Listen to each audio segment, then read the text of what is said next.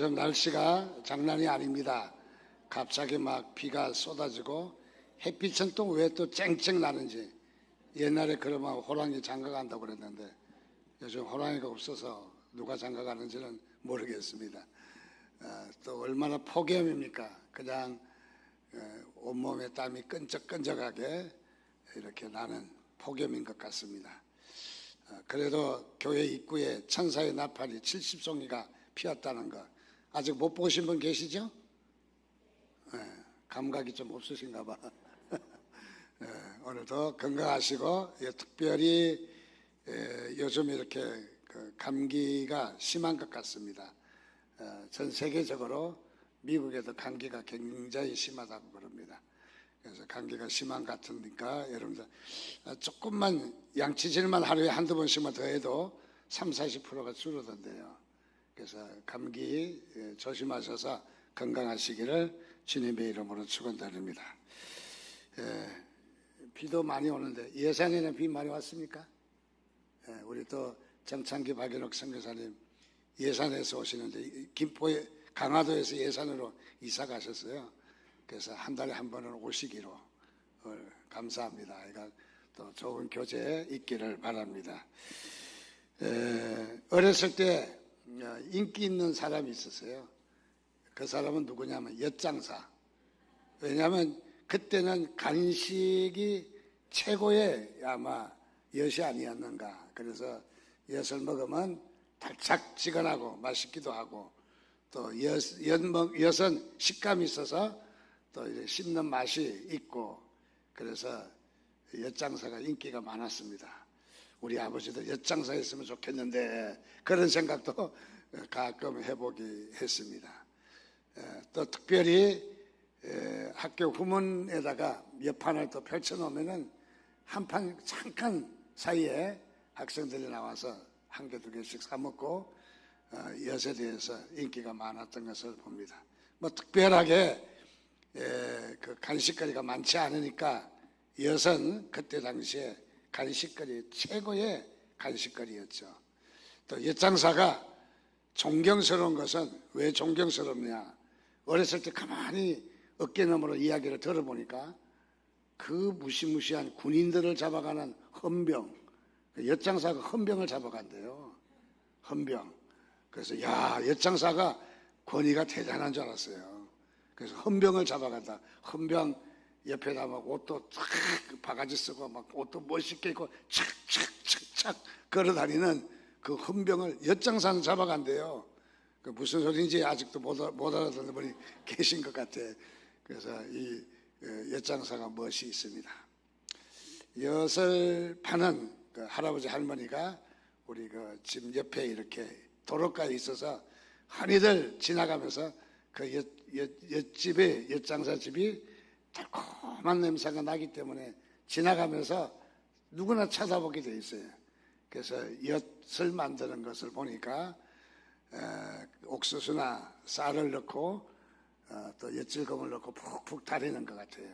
그러면 요만한 뭉텅이로 밤색, 진밤색의 엿이 있는 거. 그것은 갱엿이라고 그래요. 그것은 먹기가 너무 딱딱하고 또 너무 진하죠. 그러면 그 갱엿을 갖다가 두 부부가 앉아가지고 쭉쭉 늘이켜서 늘려서 주고받고 하면서 늘리고 또 늘리고 또 늘리고 그러면 공기가 들어가서 이제 밤색 엿이 흰엿으로 바뀌는 거고 또 이제 공기가 들어가니까 먹기가 씹기가 좋잖아요. 그래서 가끔가다 엿치기 하고 그러잖아요. 또 그래서 엿을 그렇게 그 제조를 하는 것 같습니다. 엿을 만치다 보면 두 부부가 손에 끈적끈적한 것이 묻으니까 물이나 기름을 이렇게 손에 발라가지고 이렇게 주고받거니 엿뭉태기를 주고받고 쭉쭉 당기고 그렇게 하는데 그래도 손에 붙으면은 손에다가 침을 뱉어가지고 한다고 그래요. 나는 보지는 못했어요. 진짜 그렇게 합니까? 뭐 엿장사 아들 딸이 아닐 테니까 진짜 하지는 않겠죠. 그냥 웃는 소리로 그런 말을 하겠죠. 그래서 침을 뱉어가지고 엿을 널리 핀다. 그래서 엿 먹고 싶은 생각이 싹 달아나는 그런 마음도 없지 않아 있었습니다. 또 하나 더 이야기를 합니다. 만두를 빚는, 저희 어렸을 때는 만두 먹는 그 촌이 아니었어요. 그래서 어렸을 때 만두를 못 봤어요. 그래서 성장해서 만두를 이렇게 보게 됐는데 참 맛있잖아요. 그 만두를 빚는데 가만히 지켜보니까 만두 피가 구멍이 나가지고 그냥 만두를 만들면 다 이렇게 속에 것이 다 기어 나오니까 만두 피를 보완을 해야 돼. 반죽, 밀가루 반죽을 조금 떼서 그 피에다가 이렇게 물을 바른 다음에 딱 붙여서 잘 다독거리면 기가 막히게 땜빵이 잘 돼요. 그래서 그래서 이번 주에 자꾸 저에게는 만두에 대한 그림이 그려지는 거예요. 만두를 만들어 본 일도 없고 만두를 먹기만 해봤지. 근데 만두에 대한 생각이 계속 나서 하나님이 무슨 음성을 주시려나 하고 생각했더니 설교하라는 거예요. 만두 설교를. 그래서 만두의 설교를 지금 합니다. 그래서 만두를 이제 그 만두 피가 구멍 난 것을 땜빵을 그렇게 하는데 또 그 만두 피가 잘 붙지 않으면 어떤 사람은 침을 발라서 만두를 피를 땜빵을 한다고 그래. 그래요? 그렇게 한 적 없죠? 예. 아유, 갑자기 막 속이 이상해지려고 그래. 예. 우스갯소리죠. 실제로 그렇게 하겠습니까? 그냥 하는 말을 이제 합니다. 왜 이야기를 꺼내냐 하면은 저는 만두나 엿장사를 핀자를 주고자 말을 하는 것이 아니라 만두에 대한 생각이 납니다. 만두 피가 구멍이 났으면 그냥 두면은 만두 속이 빠져나와서 만두의 사명을 다하기가 쉽지 않다. 그래서 만두 피를 땜빵하는 것이 교회가 그래야 된다. 그런 말씀을 주시는 거예요. 교회가. 무슨 말씀입니까? 라고 더 생각해 보니까 다름 아니라 교회는 가끔가다 터지고 깨지고 망가지고 상처 있고 또 교회는 이렇게 연약한 사람들이 몰려온다. 그래서 교회는 어떠해야 되느냐? 만두 피로 땜빵을 하듯이 교회는 격려하고 위로하고 축복하고 또 하나가 되고 사랑하고 또 이렇게 땜빵을 떼워주고 또 부족한 부분을 메꿔주고 하는 것이 교회란다 하면서 교회에 대한 말씀을 저에게 이렇게 가르쳐 주시는 거예요. 그래서 그래 맞아, 우리가 한 교회에서 신앙생활 하면서 서로 허지부듣고 지적하고 또 더 나가서 뭔가 주장을 하고 그러면 이제 교회가 방해를 받고 무너지기 시작하는 거예요. 교회 무너뜨리는 것은 아주 쉬워요. 교회를 세우는 것보다 무너뜨리는 것은 너무너무 쉬워요. 잠깐이면 교회 무너뜨리고 시험 들고 어려움이 생기게 할 수가 있는 거거든요. 그래서 교회는 잘 떼워야 한다. 떼워서 쓰면 새 것과 똑같다. 그래서 교회는 서로 위로하고 격려해야 된다. 그래서 우리 만두 피를 생각하면서 교회에 우리가 지적하고 가르치려고 하면 안 되는 것이죠. 그래서 우리 교회는 서로 존중하고 격려하고 위로하고 축복해서 아름다운 교회 잘 꾸려가시기를 주님의 이름으로 축원드립니다. 그래서 좀 우리 교인들을 보면서 만두를 빚자 하는 마음으로 서로 잘 섬겨주시기를 다시 한번 주님의 이름으로 축복합니다. 어떤 사람이 지나가는데 붙잡아서 이런 질문을 하면 어떨까요? 왜 사십니까? 또 무엇 때문에 사십니까? 라고 이렇게 질문하면은 온전하게 대답하시는 분이 별로 없는 것 같아요. 왜 사십니까? 또 무엇 때문에 사십니까? 하면은 사람을 아래 위로 째려보고 그리고 요즘 비가 오고 또 햇빛이 쨍쨍나고 폭염인데 이 양반 정신 나간 사람 아니야? 하고는 괜히 이렇게 눈초롱을 주는 그런 모습인 것 같습니다. 왜냐하면 대답할 말이 별로 없으니까. 그래서 왜 사느냐, 무엇 때문에 사느냐 물으면은 그렇게 대답할 사람이 사실은 많지 않습니다. 거의가 여기에 대한 대답이 우물쭈물하고 잘해봤자 먹기 위해서 산다 하는 정도 대답 나오거나, 아니면 또 뭐 철학자나 또는 이렇게 학식이 풍부한 사람을 만나면 대답은 하긴 하겠지만은 별로 그렇게 대답을 잘 하는 것은 아니라고 생각합니다. 그럼 왜 대답을 못하고 또 더 나가서 이 질문에 대해서 질문한 사람을 째려볼까?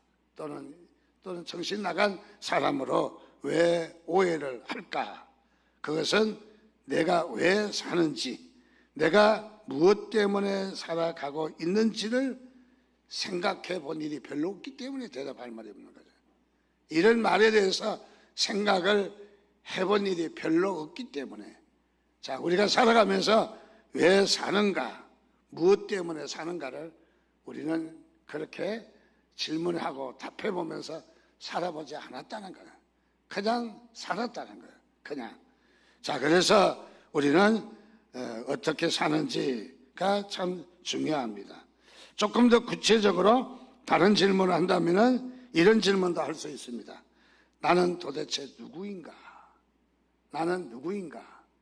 자기가 자신을 누구인가를 안다는 것은 너무너무 중요한 것입니다. 나는 누구인가? 여러분, 여기에 대답할 사람도 그리 많지 않다는 거죠. 자, 나는 누구인가? 한번 여러분들 자신에게 물어보는 기회가 됐으면 좋겠습니다. 자, 그래서 우리는 나는 누구인가 하는 질문에 우리가 다시 한번 기억하는 것도 좋은 일이라 생각합니다. 어린 시절 보육원이나 사회단체 시설에서 자라난 아이들은 더욱더 심각한 문제이죠. 나는 누구이냐? 즉 다시 말하면 자신의 정체성, 나의 정체성은 뭐냐? 안정감을 누리는 정체성이 뭐냐? 그래서 정체감을 찾기 위해서 나는 도대체 누구이냐라는 질문을 하게 됩니다. 텔레비의 9시에 아침마당인가요? 거기에 보면은 가끔가다 이렇게 어렵게 만나서 대성통곡하고 그때 헤어진 아픔을 이야기하기도 합니다.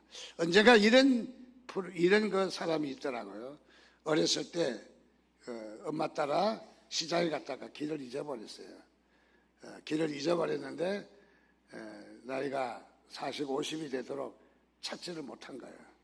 그래서 형편이 어려워서 젊은 세댁집에, 부잣집에 가사 도우미로 이렇게 갔는데 얼마나 까칠한지, 그저 옷도 이런 옷을 입고 왔다고 야단을 치고, 또 청소가 안 됐다고 야단을 치고, 젊은 것한테 이 까칠하게 욕먹는 게 너무너무 싫어서 그만두고도 싶었지만은 그래도 이렇게 그 가사를 돌보며 또 목구멍이 포도청이니까 그래서 일을 했답니다.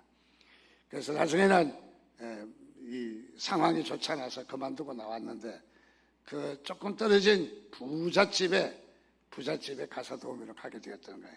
거기는 연세 드신 할머니가 한 분이 계시는데 참 인격적이고 그래서 잘 대해 주시더라는 거예요. 그래서 열심히 일을 하고 있는데 젊은 부인이 들어오는데 누군가 봤더니 얼마 전에 일했던 그 가정의 젊은 그 세댁이 여기 엄마하고 아마 엄마 집에 온 것 같아요. 그러면서 저 인간 여기 와 있냐고. 그래서 야단을 치고 당장이라도 그만두고 싶었지만은 그러나 또 먹고 살아야 되기 때문에 그렇게 일을 마음에 들지 않지만은 했답니다. 한참 하는데 그 할머니 대신 그 집주인의 할머니 되신 분이 가까이 오더니 그게 뭐냐? 뭘 그렇게 목에 걸고 있느냐? 그래서 목걸이를 보니까 깜짝 놀라는 일이 벌어졌어요. 다름이 아니라 어렸을 때 이 딸에게 목걸이를 걸어준 목걸이라 이 가사 도우미의 아줌마가 차고 있는 거예요.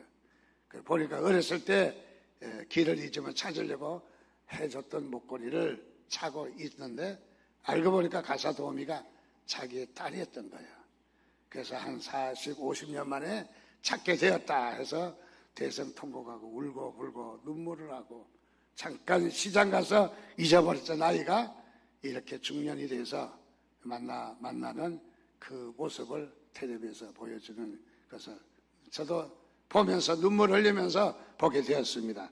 얼마나 참으로 이렇게 자신의 모습을 잊고 살았을까 하는 생각을 하게 됩니다. 자, 왜 우리는 사람들은 자신이 누구며 왜 사는지에 대해서 보다 근본적인 대답을 하지 못하느냐. 우리는 종종 살아가면서 누구냐, 도대체 누구냐라고 묻는다면 마땅히 대답할 말이 없거든요. 그리고 뭐라고 말을 해야 돼요? 대체적으로 말을 한다면은 성씨는 뭐고, 본가는 어떻게 되고, 누구의 몇 대 손이고, 그리고 가족들은 어떻게 되고, 그 가운데 나는 몇째 아들로 태어났습니다 하는 정도 외에는 우리 자신이 누구냐고 묻는 질문, 우리 정체성에 그렇게 대답할 말이 별로 없다는 것이죠. 자, 그래서 우리는 그러면 과연 누구냐? 우리가 누구냐를 알려면은 마치 우리가 우리 부모가 누구고 또 이 입양 가서 또 부모를 찾기 위해서 귀국해서 많은 시간을 들여서 이렇게 자기의 부모를 생부를 찾는 모습을 우리가 보았듯이 우리는 누구냐? 우리 자신을 한번 우리 자기 자신을 한번 볼 수 있는 기회, 그것이 우리에게 가장 귀한 답이라고 생각합니다. 자, 그래서 우리는 과연 누구냐 하는 것을 왜 잘 모르느냐 하면은 우리는 그분을 우리의 인생의 주인이신 분을 만나지 못했기 때문이에요. 여러분, 인생의 주인이 누구냐? 인생의 주인을 만나야만이 우리는 누구인지 알 수가 있어요. 그렇지 않고는 우리 자신이 누구인지 알 수가 없다라는 거죠. 그래서 우리는 우리의 주인은 누구냐 하는 것이 우리의 삶에 너무너무 중요한 것입니다. 자, 그래서 우리는 그분은 우리의 인생의 주인이시며 여기까지 있게 하셨고, 그분은 바로 우리가 이 질문에 대해서 답을 줄 수 있는 분이시다. 그래서 우리는 그분을, 우리의 주인을 다시 한번 기억하는 시간이 되시기를 주님의 이름으로 축원드립니다. 특별히 성경에 요한복음 20장 31절 말씀에 보면 성경은 이렇게 이야기합니다. 오직 이것을 기록함은 너희로 예수께서 하나님의 아들 그리스도이심을 믿게 하려 하며 또 너희로 믿고 그 이름을 힘입어 생명을 얻게 하려 함이니라. 두 가지를 이야기합니다. 이분이 누구냐? 이분이 우리의 주인 되신 이분이 누구냐? 그건 하나님의 아들 그리스도이심을 믿게 하려 한다. 여러분, 먼저 우리가 정체성을 찾으려면 하나님을 믿으시기를 바랍니다. 여러분, 하나님 믿는다는 것이 얼마나 큰 복인지. 여기 와서 앉아서 찬송하고 말씀 듣고 좋은 이야기 들었다. 여러분, 교회 와서 좋은 이야기 듣는 수준이 훨씬 넘어서야 합니다. 기껏해야 좋은 이야기 정도밖에 우리가 알지 못한다면 우리는 뭔가 큰 것을 놓치고 있다는 거예요. 자, 그래서 그분은 어떤 분이냐? 하나님의 아들이시다. 그리고 그 하나님의 아들 그리스도이심을 믿게 하려 합니다. 그리고 그의 이름을 힘입어 우리에게 생명을 얻게 하려 함이라. 여러분, 그분의 이름, 예수의 이름은 우리에게 생명을 주시는 것을 믿으시기 바랍니다. 예수의 이름에는 생명이 있어요. 생명이 있는가고 없는가고 천지 차이잖아요. 오랫동안 그 바위 속에서 숨겨있던 바로 이 씨앗이 생명이 있는 것은 그 물을 주고 햇빛을 비치고 그렇게 하면 싹이 나서 생명이 있기 때문에 싹이 납니다.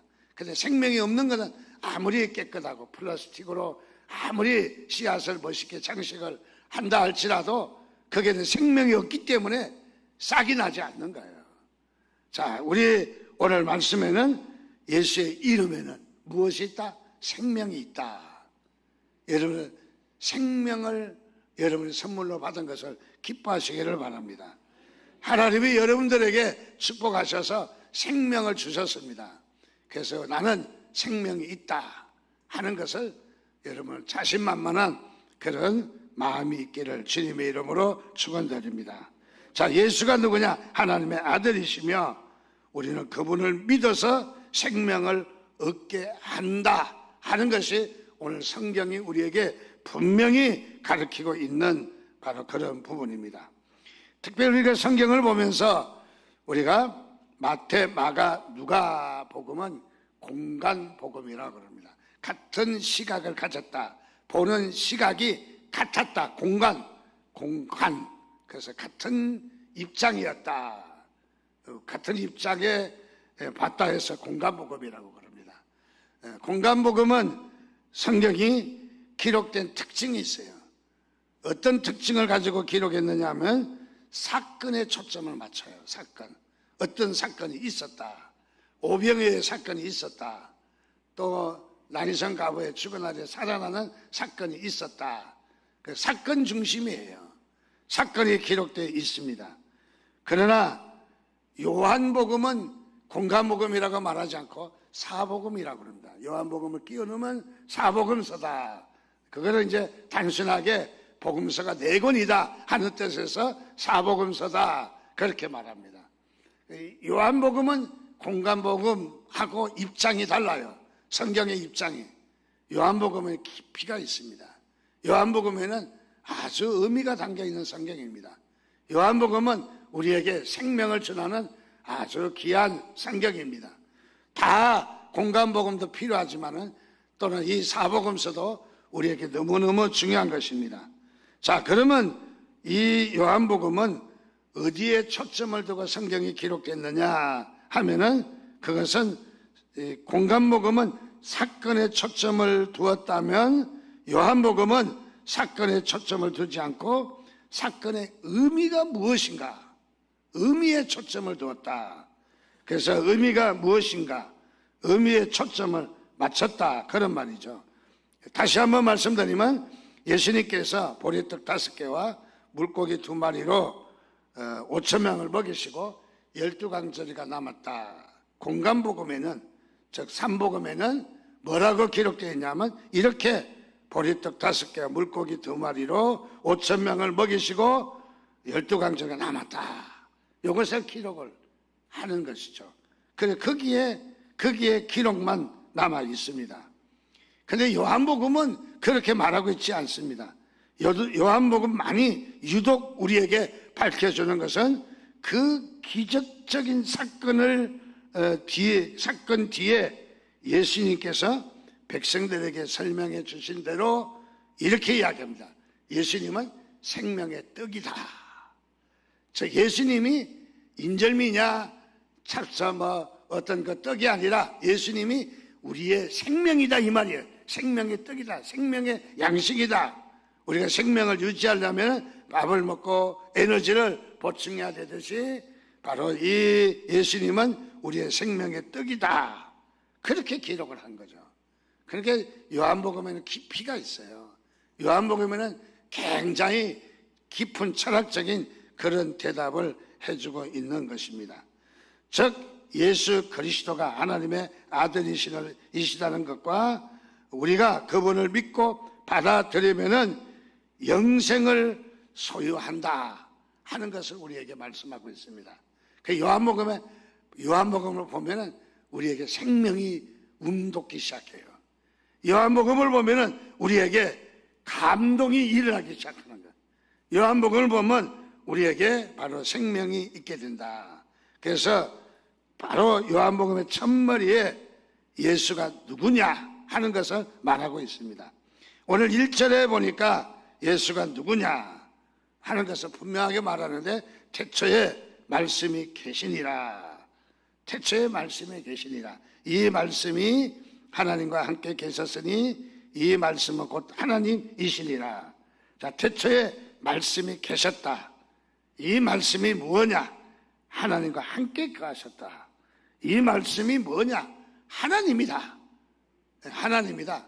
둘러가면서 빙빙 둘러가면서 우리에게 단도직입적으로 말하는 것은 바로 이분이 이 말씀이 태초에 말씀이 계셨는데 이분이 곧 하나님이시다 하는 것을 우리에게 말씀하고 있습니다. 즉 여기에 요한복음 1장에는 하나님을 소개하지 않고 무엇을 소개했느냐 하면은 바로 여기에 소개하신 분은 말씀을 소개했다. 말씀을. 자, 여기에서 예수님이 하나님이다 그렇게 말씀하지 아니하시고 바로 말씀이라고 소개했습니다. 우리 자신의 의견과 자신의 생각과 자신의 마음을 전달하기 하는 데는 두 가지가 있죠. 첫째는 액션, 행동으로 자신의 말과 자신의 마음과 생각과 자신의 의사를 전달할 수가 있어요. 행동으로. 연극에도 그런 연극 있잖아요. 말 한마디 하지 않고 몸만 움직여서 연극의 그 대사를 청중에게 전달하는 판토마임이라는 연극이 있어요. 자, 그래서 이 판토마임의 연극이 있듯이 우리가 액션으로, 행동으로 우리는 자신의 의지를, 자신의 의견을 전달할 수가 있다. 또 하나의 우리의 생각과 마음을 전달하는 것은 말이 있다. 말로서 우리가 전달할 수 있다. 우리 꿀벌이 자기의 의사를 표현하는 데는 행동으로 표현하죠. 그래서 다른 벌들에게 이야기합니다. 야, 요 앞에 꽃이 만발했다. 꽃이 많이 피었다. 거기 아주 꿀이 철철 넘친다. 그것을 꿀벌은 말을 못하니까 행동으로 표시를 합니다. 적당히 원을 걸으면서 빙빙빙빙 돌면은 가까이에 꽃이 있다 그 소리래요. 그렇지 않고 저 멀리 있다 그렇게 말할 때는 원을 크게 걸어서 크게 빙빙 돌면은 지금 꽃밭이 꿀이 철철 흐르는 꽃밭이 저쪽 멀리 있다 그것을 가리키는 거래요. 그 벌들도 의사소통을 어느 정도 하면서 자신의 의지를 말합니다. 우리 사람도 자신의 의지와 자신의 마음과 자신의 생각을 전달하기 위해서는 액션으로 할 때도 있고 또 하나는 말로 할 때가 있다. 자, 그래서 우리는 이 두 가지 방법이 있습니다. 자, 말로서 자신의 생각과 자신의 의지를 전달하고 표현하는 바로 그런 모습이죠. 자, 그래서 우리 사람의 말은 마음의 창이다 그런 말이 있습니다. 자, 예수님이 누구냐 하는 것을 오늘 성경은 이야기를 합니다. 액션으로도 이야기하지만은 실제로 말로도 이야기합니다. 말씀이 곧 예수님이다 그 말이에요. 말씀이. 자, 그래서 예수님을 예수 그리스도가 하나님의 뜻과 생각과 우리에게 나타내 보이신 분이시기 때문에 하나님은 자신의 모든 생각과 계획을 예수 그리스도를 통해 우리에게 나타내셨다. 누굴 통해서? 말씀을 통해서. 언제? 태초에.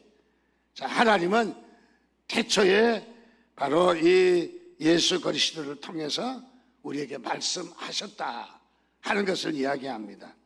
자, 여기에 태초라는 말은 성경에 두 번 나오는데 창세기 1장 1절에 태초가 나옵니다.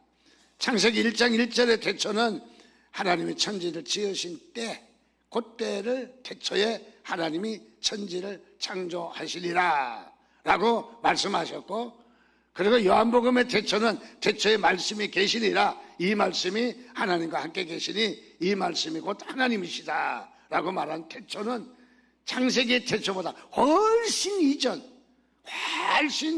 이전을 가리킵니다. 즉 다시 말하면 천지를 창조하기 그 전을 이야기하는 말이 요한복음의 태초예요. 그래, 같은 요한복음 신약이니까 훨씬 뒤라고 생각하겠지만은 훨씬 뒤가 아니라 훨씬 이전을 가리키는 거죠. 훨씬 시간적으로 훨씬 이전을 가리키는 바로 그런 모습입니다. 즉 다시 말해서 이 말씀이 우리가 언제인지 몇 년인지 정확하게 이야기하지는 못하지만은 천지가 창조되기 훨씬 이전에 태초에 바로 이 말씀이 계셨다. 바로 하나님은 말씀을 통해서 그 말씀이 누구냐? 바로 예수 그리스도이시다.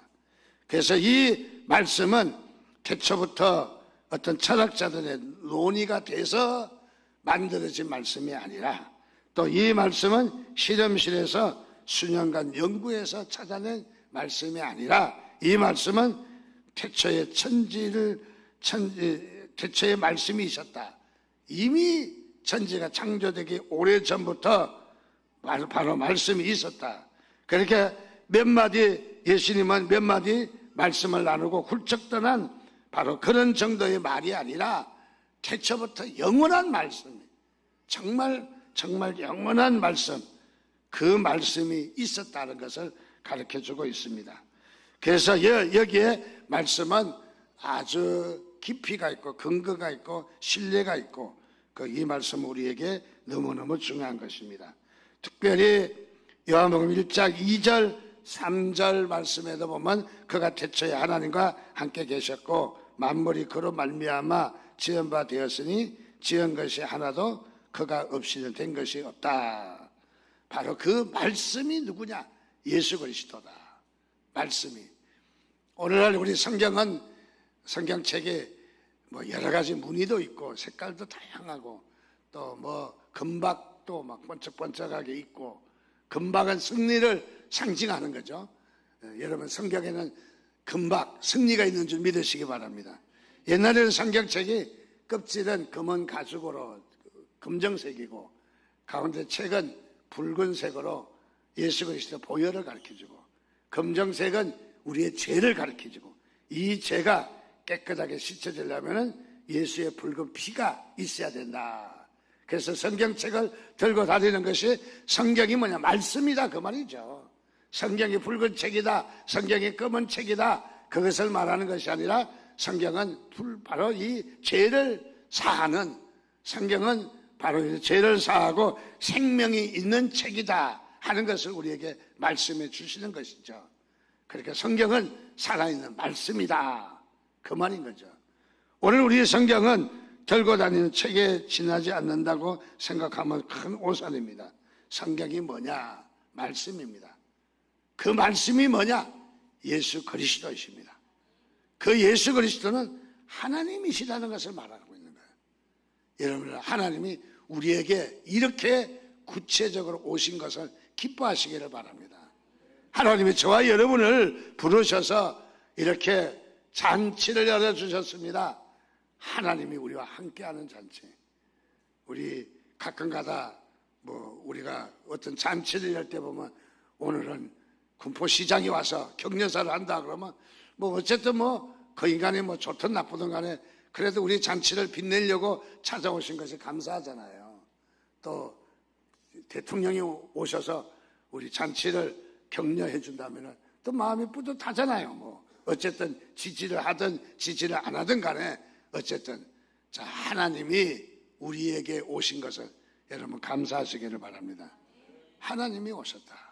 그래서 오늘 성경은 우리의 정체성을 찾으려면은 바로 무엇이냐 하면은 우리가 누구인지, 왜 사는지, 도대체 왜 우리는 사는 건지, 이것을 우리는 어디에서 찾을 수 있냐?